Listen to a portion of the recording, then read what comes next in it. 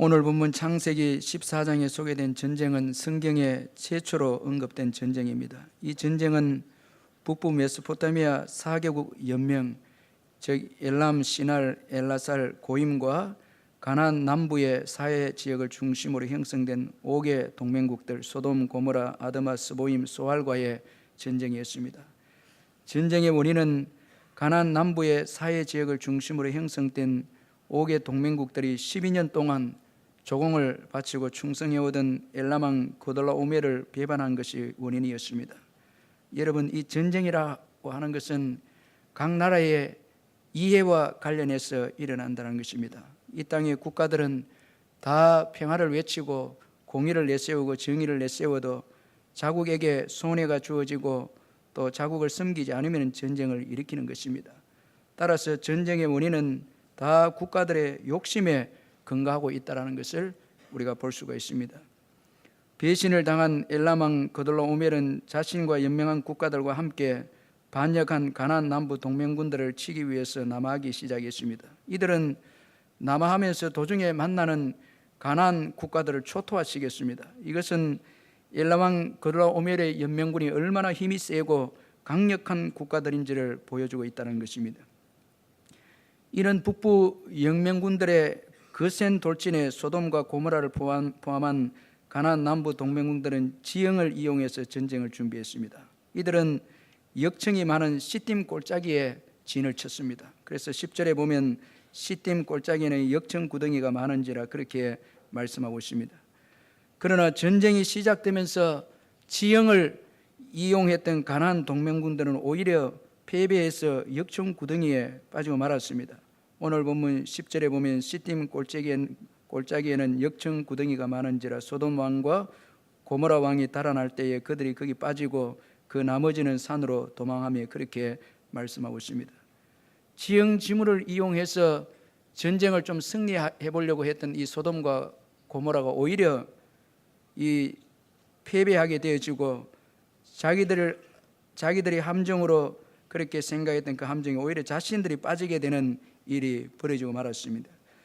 결국 북부 엘람왕 그돌라오멜은 소돔과 고모라의 모든 재물과 양식을 빼앗아갔습니다. 그리고 소돔에 거주하는 아브라함의 조카 롯도 사로잡고 그 재물까지 다 빼앗아갔습니다.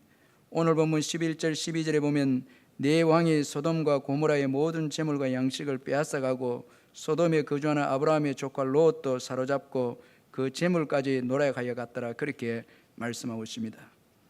여러분, 소돔과 고모라가 패배하고 롯이 포로로 사로잡혀 갔다는 것은 오늘 우리들에게 몇 가지 교훈을 해주고 있습니다. 먼저는 죄악이 관영한 나라는 전쟁에서 승리할 수 없다는 것을 우리에게 교훈해 주고 있습니다. 소돔과 고모라는 죄악이 관영한 도시였습니다. 따라서 패배할 수밖에 없었다는 것입니다. 하나님은 죄악을 싫어하시기 때문에 그렇습니다. 전쟁은 여호와께 속해 있는데 하나님은 죄악이 관영한 도시와 국가가 승리하지 못하도록 하신다는 것입니다.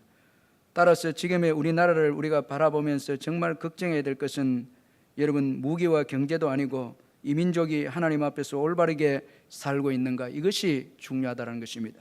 죄악이 관영하면 아무리 무기가 많고 군사력이 있다 할지라도 여러분, 하나님의 심판을 면할 수가 없다는 것입니다. 그리고 또 포로로 롯이 사로잡힌 것을 통해서 우리에게 주는 교훈은 재물은 우리의 안전을 결코 지켜주지 못한다는 것입니다. 재산 때문에 삼촌 아브라함을 떠났던 롯이었지만 결국 롯은 타국의 포로로 사로잡혀가는 인생이 되고 말았습니다. 그가 추구했던 의지했던 재물도 다 빼앗기고 말았습니다. 이처럼 재물은 우리를 지켜주지 못한다는 것입니다. 롯은 요단 들녘의 물이 넉넉함을 통해서 재산을 많이 이제 불게 될 것이다 생각해서 신앙을 내려놓고 약속을 내려놓고 욕심으로 이제 요단 들녘을 선택해서 나아갔는데 재물을 선택해서 나아갔지만은 그 재물이 롯을 안전하게 지켜주지 못했다는 것입니다. 여러분, 재물이 있는 곳에는 항상 타락과 분쟁의 위험성이 있습니다. 재물이 많은 것은 좋지만은 그러나 항상 분쟁과 타락의 위험성이 있다는 것을 잊지 말아야 합니다. 우리 가정에도 갑자기 부동산이 뛰고 해서 재산이 모이게 되고 재산이 있게 되면 형제들 간에 여러분 분쟁이 있을 수가 있고 또 그 갑자기 많아진 재물 때문에 신앙을 게을리해서 타락해 줄 수 있습니다. 그래서 항상 재물은 쌓아두려고 하기보다 나누어야 하는 것입니다. 재물의 올바른 목적을 모르고 그저 재물을 쌓아두고 재물을 가지기를 원한다면 분쟁의 요소가 되고 타락의 요소가 된다는 것을 잊지 말아야 하는 것입니다. 그리고 나의 재물은 결코 나를 떠나지 않는다는 생각도 버려야 합니다. 재물은 날개가 있어서 언제든지 우리를 떠날 수 있습니다. 오늘 본문에서 롯의 재물은 롯을 떠났습니다. 따라서 재물은 우리의 의지와 신뢰의 대상이 될 수가 없습니다. 우리의 신뢰의 대상은 또 우리를 안전하게 지키시는 분은 오직 예수 그리스도 그분밖에 없습니다. 예수 그리스도는 결코 변하지 않으시는 분이십니다. 예수님은 그를 의지하는 자를 끝까지 책임져 주시는 분이십니다. 여러분 믿으시길 바랍니다. 히브리서 13장 5절에 보면 돈을 사랑하지 말고 있는 바를 족한 줄로 알라. 그가 친히 말씀하시기를 내가 결코 너희를 버리지 아니하고 너희를 떠나지 아니하리라 하셨느니라. 그렇게 말씀하고 있습니다. 그리고 포로로 잡혀간 이 롯을 통해서 또 주는 교훈은 하나님은 사랑하시는 자를 징계하신다라는 것을 교훈해 주고 있습니다. 롯이 전쟁의 포로로 사로잡혀 갔다는 것은 결코 우연한 일이 아니었습니다. 하나님의 사랑의 징계였습니다. 롯은 재물 욕심 때문에 삼촌 아브라함을 떠났습니다. 그리고 마침내 죄악에 간영한 소돔에까지 들어가게 되었습니다. 따라서 이런 죄악의 자리에서 전쟁의 포로가 되었다는 것은 이제 자신의 잘못을 깨닫고 돌이키라는 하나님의 신호였다는 것입니다.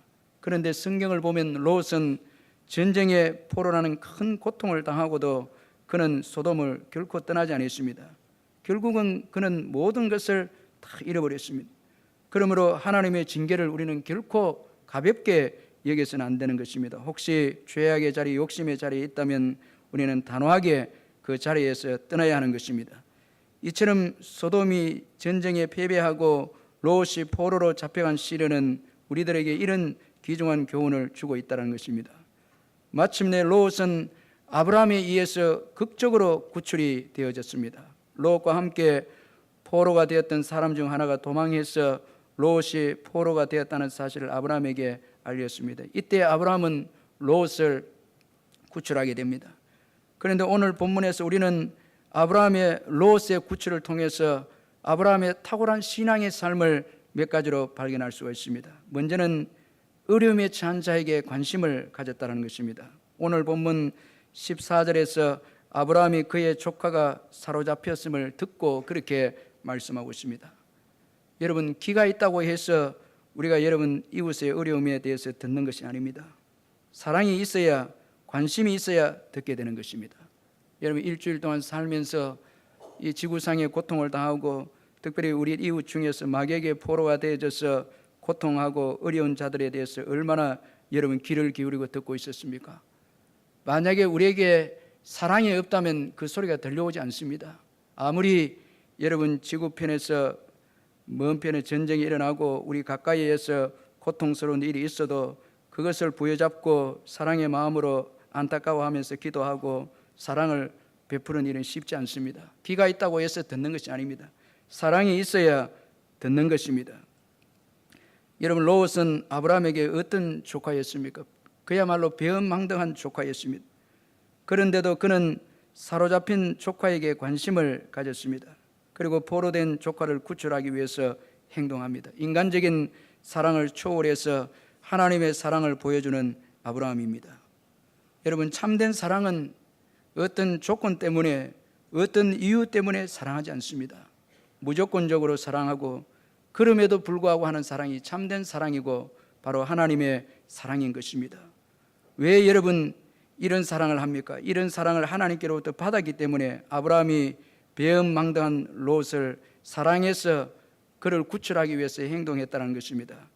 아브라함은 무조건적이고 이유를 묻지 않는 하나님의 사랑을 받았습니다. 그가 불신앙으로 애굽에 내려갔을 때 거기서 하나님의 사랑을 받고 다시 가나안 땅에 그가 올라올 수가 있었습니다. 오늘 우리들도 예수님으로부터 이런 사랑을 받았습니다. 로마서 5장 8절에 보면 우리가 아직 죄인 되었을 때 그리스도께서 우리를 위해 죽으심으로 하나님께서 우리에 대한 자기의 사랑을 확정하셨느니라 말씀을 합니다. 우리가 의인 되었을 때 예수님께서 우리를 위해서 죽으신 것이 아닙니다. 우리가 착한 일을 하고 하나님 앞에서 올바르고 하나님 앞에서 인정받는 자가 되었을 때 예수님께서 죽으심으로 사랑을 보이신 것이 아니라 우리가 죄인 되었을 때에 예수님께서 우리를 사랑해서 십자가에서 죽으셨다는 것입니다. 무조건적인 사랑이고 그럼에도 불구하고의 사랑이라는 것입니다. 조건이 있어서 사랑한 것이 아니고 이유가 되기 때문에 사랑한 것이 아니라 무조건적으로 불쌍히 여겨서 우리를 사랑하신 것입니다.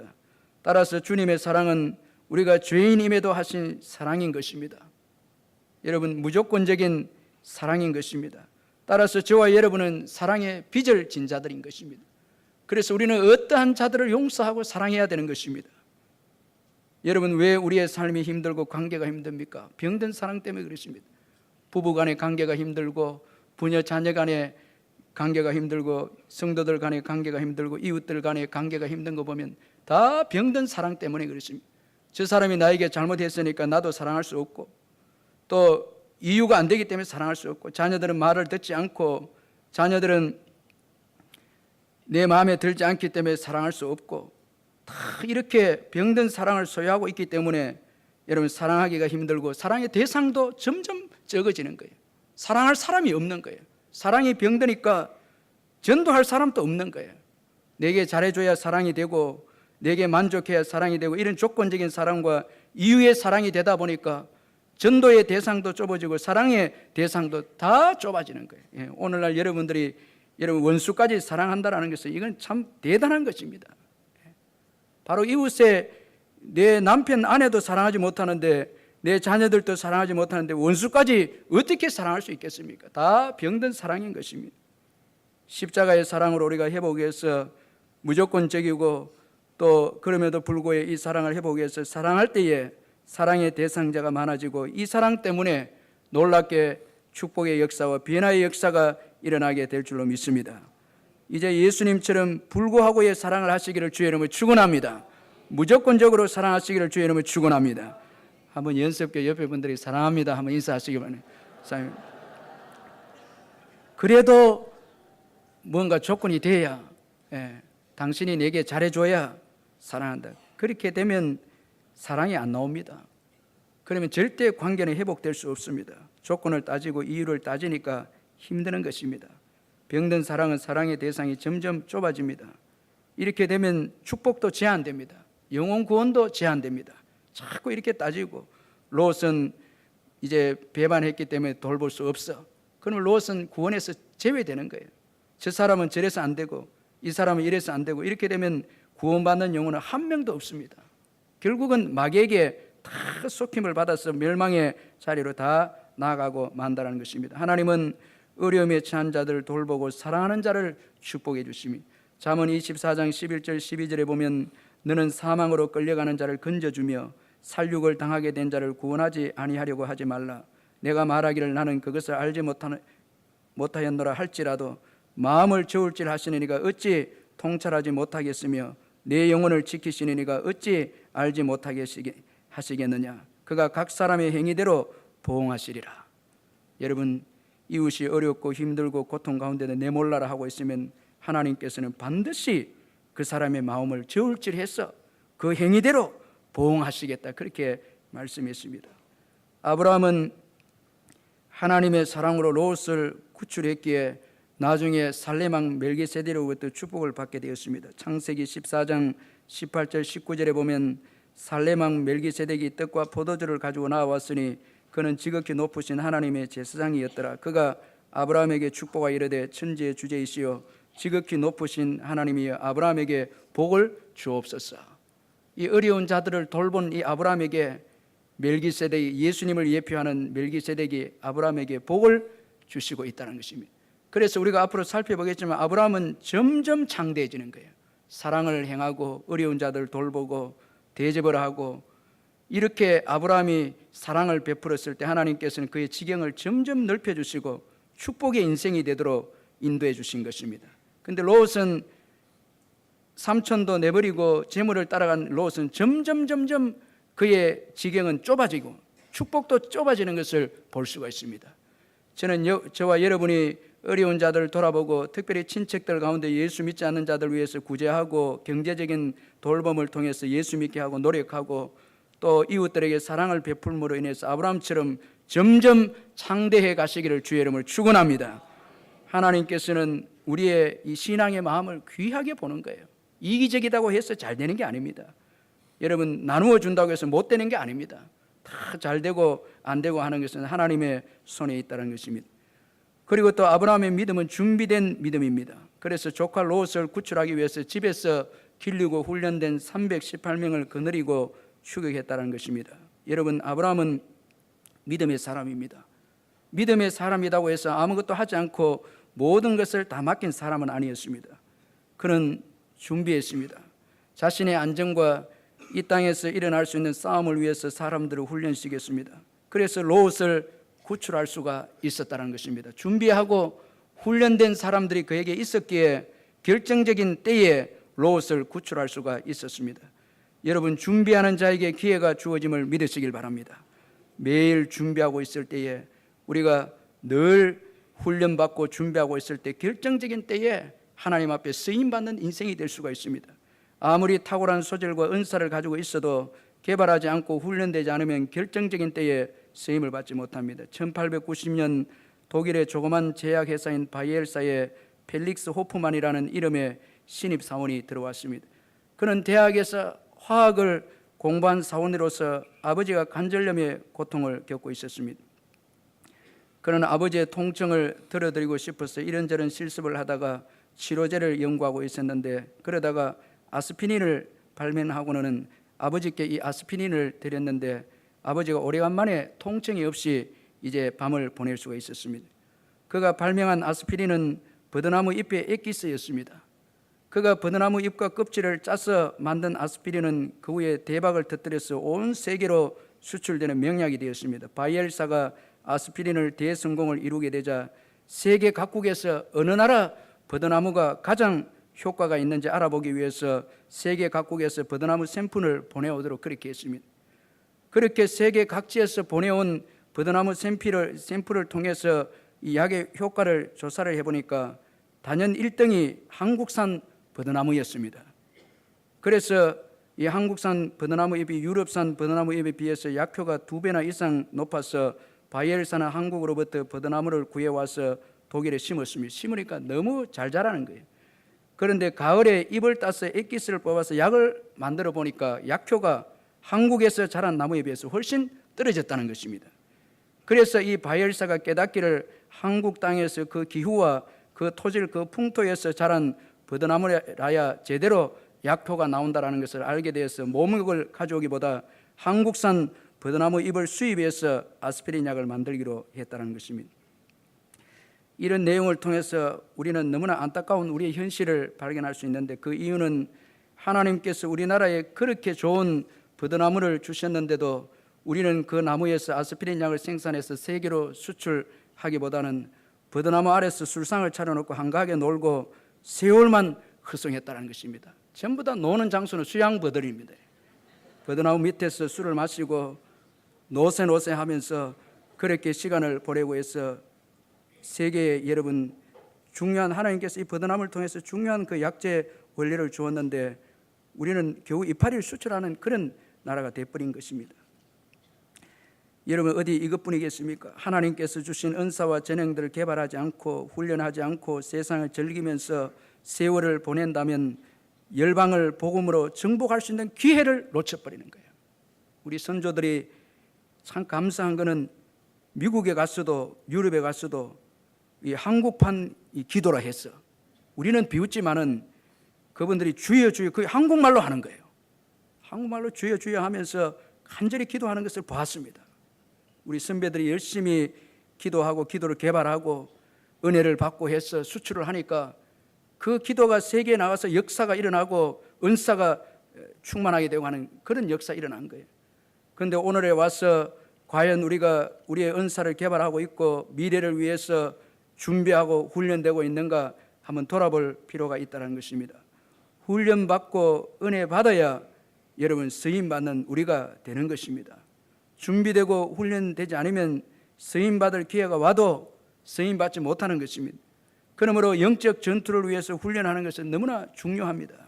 훈련이 없으면 싸움을 감당할 수가 없습니다. 전쟁에 훈련이 없으면 이길 수가 없습니다. 영적 전투도 마찬가지입니다. 이 영적 전투에서 승리하기 위해서는 우리가 훈련해야 하는 것입니다.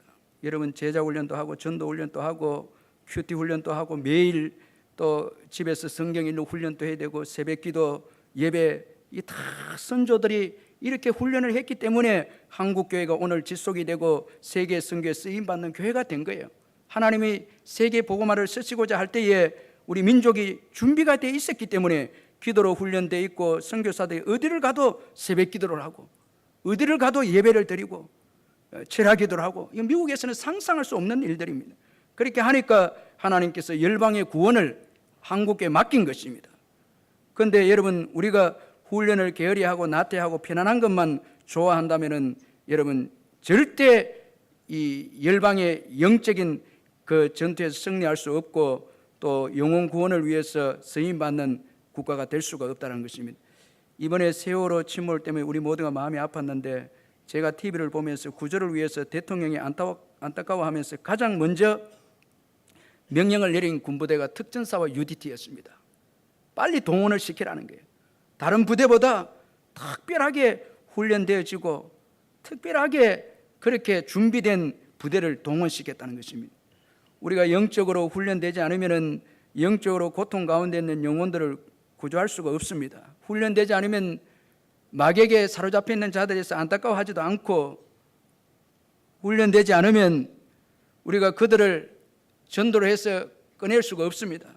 전도를 하는 것이 여러분 그리 쉬운 것은 아닙니다. 희생과 시간과 우리 자신을 포기해야 되는 그런 믿음이 필요한데 훈련되지 않고 어떻게 여러분 그 영혼들을 구조할 수가 있겠습니까? 요즘 한국교회에서 가장 큰 은혜를 끼친 젊은이 사역자 중에 한 사람이 다니엘 김 선교사입니다. 제가 이번에 책 철이라는 책과 이기는 자라는 책을 보니까 이분이 이 시대에 쓰임 받을 만한 자격이 있는 것입니다. 이분은 미국 육사를 졸업한 분인데 동양인으로서 미국 육사를 졸업한다는 것은 지옥을 경험하는 그런 훈련 코스를 통과해야 하는데 외로움도 이겨내고 인종차별도 이겨내고 고된 영적인 훈련들을 다 이겨냈기 때문에 오늘 이 시대의 한국교회와 젊은이들에게 제가 볼 때 가장 강력하게 쓰임받는 인물이 되고 있다는 거예요. 오늘 우리 자녀들 이번 수련회에 제가 보니까 수련회 통해서 기도 훈련을 많이 시키고 예배 훈련을 시키고 그리고 인간관계 훈련을 시키고 한 애들이 지금도 보니까 다 그런 애들이 복을 받고 있어요. 그 어려움도 다 이겨내고 직장도 버티고 어려움이 와도 기도로 이겨내고 그렇게 하는 거예요. 교회도 그런 애들이 다 이기는 거예요. 그래서 우리 교육자들이 그저 노는 수련회 이렇게 수양에 생각하지 말고 강력하게 훈련시켜야 되는 거예요. 기도도 강력하게 시켜야 되는 거예요. 한계를 뛰어넘는 훈련을 시켜야 되는 거예요. 그렇게 할 때 앞으로 신앙을 지키고 죽어가는 영혼들을 구원할 수 있는 그런 크리스찬이 될 수가 있다는 것입니다. 여러 가지 유혹에 넘어지지 않고 이길 수 있는 그런 크리스찬들이 될 수 있는 것입니다. 오늘 창세기 저자 모세가 훈련된 인원을 318명을 언급한 것은 아주 중요한 의미가 있습니다. 비록 적은 숫자이지만 훈련된 자들이 중요하다는 거예요. 그리고 훈련된 자 한 명 한 명은 너무나 중요하다는 거예요. 318명이다 딱 기록하고 있습니다. 훈련된 자들은 한 명 한 명 귀중하다는 거예요. 많은 숫자보다 훈련된 자들이 중요하다는 것입니다. 그래서 그 숫자를 기록하고 있는 것입니다. 오늘 교회에서도 훈련된 사람들은 부엌이나 주차 안내나 어떤 어려움이 가도 불평하지 않고 감사함으로 일을 지낼 수가 있습니다. 어떤 어려움이 가도 교사를 감당해도 기쁨으로 교사의 직분을 감당하고 예배를 드려도 시간에 대해서 불평하지 않고 훈련된 자들은 다 은혜의 시간으로 여기고 훈련되지 않으면 불평하고 원망하고 전부 다 견디지 못하는 거예요. 봉사도 견디지 못하는 거예요. 이제는 점점 편한 것만 좋아하는 거예요. 그러면 십자가가 없으면 교회는 무능력해집니다. 십자가를 안 지면 희생하지 않으면 영광도 없고 열매도 없습니다. 이런 점에서 하나님께서는 오늘도 우리 각자 개인에게 물질적인 어려움과 건강의 어려움과 인간관계의 어려움과 이런 걸 통해서 훈련시키는 거예요. 그렇게 해서 하나님의 그리스도의 군사가 되도록 훈련을 시키는 것입니다. 예수님도 모든 족속으로 제자를 삼으라 말씀했고 바울도 군사라 표현을 썼습니다. 이 디모데후서에 보면 좋은 군사로, 좋은 군병으로 고난의 자리에 복음을 위해서 이제 참여하는 자가 되도록 해라. 그렇게 말씀을 했습니다. 그러므로 여러분 이번 2학기 때에 이제 여러분 휴가를 지나고 2학기 때도 훈련 받으시기를 주의 이름으로 축원합니다. 자꾸 신앙생활 편안한 것만 좋아하다 보면 나중에 축복을 다 잃어버립니다. 롯처럼 다 잃어버려요.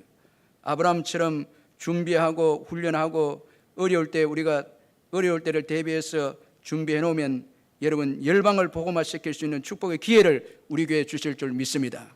할렐루야. 하나님께서 준비된 교회에 복을 부어 주실 줄 믿습니다.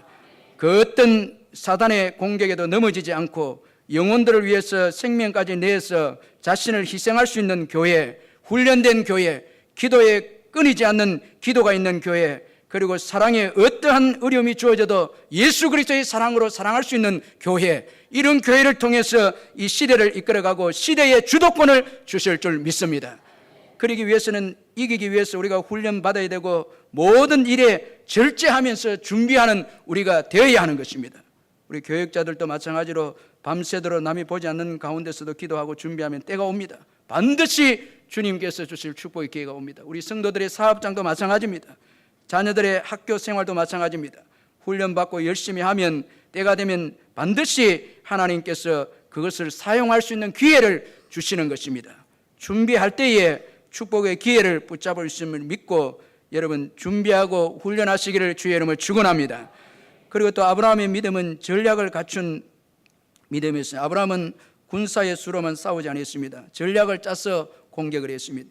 그래서 그는 밤을 이용해서 기습을 했는데 승리에 도취된 자들은 방심한 결과 패배하고 말았습니다. 따라서 전쟁은 군사의 숫자와 무기로만 승리하는 것이 아니라 전략이 중요하다는 것을 볼 수가 있습니다. 잠언 24장 6절에 보면 너는 전략으로 싸우라 승리는 지략이 많음에 있느니라 그렇게 말씀했습니다. 따라서 지략과 모략이 중요합니다. 우리가 영혼을 구원하고 영적 전투에서 승리하기 위해서는 우리의 모사가가 되시고 모략가가 되신 예수 그리스도 그분을 의지해야 하는 것입니다. 그분을 의지할 때에 지혜를 주시고 명철을 주셔서 세상을 이기고 우리 자신을 이기고 마귀를 이겨서 승리하는 자가 될 줄로 믿습니다. 전도도 지혜를 구하면 주님께서 지혜 주셔서 전도할 수 있도록 이끌어 주시는 것입니다. 그리고 마지막으로 아브라함의 믿음은 롯을 구출하기 위해서 도전하고 행동하는 믿음이었다는 것입니다. 아브라함은 행동하는 사람이었습니다. 그는 사로잡힌 조카 롯을 구출하기 위해서 행동했습니다. 이런 행동이 있었기에 승리를 경험했습니다. 교회는 도전해야 됩니다. 행동해야 합니다. 교회는 생각만 하고 있으면 하나님의 역사를 경험할 수 없습니다. 아브라함의 도전하고 행동하는 믿음은 이 행동하는 것은 바로 하나님을 신뢰하는 믿음에서 나왔습니다. 그래서 아브라함은 그의 승리가 하나님의 도우심 때문이었다 인정을 했습니다. 창세기 14장 20절에 보면 너희 대적을 내 손에서 붙이신 지극히 높으신 하나님을 찬송할지로다 하며 아브라함이 그 얻은 것에서 10분의 1을 멜기세덱에게 주었더라 그렇게 말씀하고 있습니다. 믿음은 자신의 처지만 보지 않습니다. 내가 숫자가 이 정도니까 할 수 없어. 이건 믿음이 아닙니다. 믿음은 또 상대방의 힘만 또 보지 않습니다. 믿음은 전능하신 하나님을 바라보는 것입니다. 하나님의 뜻을 선택하는 것입니다. 아무리 내가 열악하고 숫자가 적어도 고통 가운데 있는 형제가 있다면 최선을 다해서 도전하고 믿고 행동하는 것이 바로 하나님을 의지하는 신앙이라는 것입니다. 그래서 여러분 믿음은 마침내 하나님의 도우심으로 승리를 경험하게 되어지는 것입니다. 여러분 도전하지 않고 행동하지 않으면 결코 영적 전투에서 승리를 경험할 수 없습니다. 천국은 침노하는 자의 것이기 때문에 그렇습니다. 사랑하는 성도 여러분, 믿음으로 도전하시기를 주의 이름으로 축원합니다. 여러분 예수님을 믿는 믿음만이 전쟁에서 승리하게 합니다. 전쟁은 여호와께 속해 있습니다. 여러분 세상에 힘이 있고 무기가 있다고 해서 최종적으로 승리하는 것이 아닙니다. 전쟁은 하나님께 속했기에 예수를 믿는 믿음을 가진 자가 전쟁에서 승리하는 것입니다. 전쟁은 무기와 군사의 수에 달려있지 않습니다. 만약 그렇다면 6.25 전쟁 때 우리나라는 패배했을 것입니다. 우리가 힘을 준비해야 하겠지만 승리는 주님이 주시는 것을 믿고 주님을 의지하는 것입니다. 믿음은 사로잡힌 자를 구출하게 하는 것이 믿음입니다. 마귀와 죄악에 사로잡힌 자를 구출할 수 있는 것은 오직 믿음인 것입니다. 예수 그리스도를 믿는 믿음입니다. 돈으로도 할 수 없습니다. 세상의 힘으로도 할 수 없습니다. 핵무기로도 전도할 수 없습니다. 한 영혼을 건져낼 수 없습니다. 사탄과 죄악에 사로잡힌 자를 구출할 수 있는 것은 오직 믿음인 것입니다. 그러므로 오늘 이 시대에 가장 필요한 것이 있다면 바로 믿음인 것입니다. 할렐루야! 이 믿음인 것입니다. 여러분, 믿음을 가소평가하지 마시기를 주의 이름을 축원합니다. 성도들이 기도하고 전도하는 것에 거기에 한 민족의 운명이 달려있다는 것을 잊지 말아야 하는 것입니다. 선교사들이 가서 기도하고 선교하는 그 놀라운 역사가 그 국가를 변화시킬 수 있다는 것입니다. 우리가 민족이 어려울 때 기도하는 것은 핵무기보다 더 강력한 무기인 것입니다. 주님 앞에 기도할 때에 하나님은 여러분 무기들을 녹슬게 하시고 기도하는 그 사람들에게 승리를 주시고 축복해 주시는 것입니다. 여러분, 믿음을 가소평가하지 마시기를 주의 이름을 축원합니다. 믿음 안에 구원이 있고 믿음을 통해서 여러분 우리가 마귀에게 사로잡힌 자들을 구출해 올 수가 있다는 것입니다. 그러므로 여러분 믿음을 키우시기를 주의 이름을 축원합니다. 여러분 훈련된 믿음을 가지시기를 주의 이름을 축원합니다. 나만을 위한 믿음이 아니라 좀 성장해서 다른 사람들을 구출할 수 있는 믿음, 나라들도 이기게 하는 믿음, 여러분 사자의 입을 다물게 하는 그 믿음, 이런 믿음을 가질 때에 오늘 이 시대에 어떤 무기를 가진 국가보다도 승리하는 자들이 될 줄로 믿습니다. 오늘 우리나라가 이런 믿음을 가진 주의 백성들이 있다면 하나님께서 이 민족을 지켜주시고 열방의 전도의 국가로 선교의 국가로 세워주실 줄 믿습니다. 그러므로 항상 믿음을 준비하고 있어서 아브라함처럼 축복의 기회를 붙잡는 저와 여러분 되시기를 주님의 이름으로 축원합니다.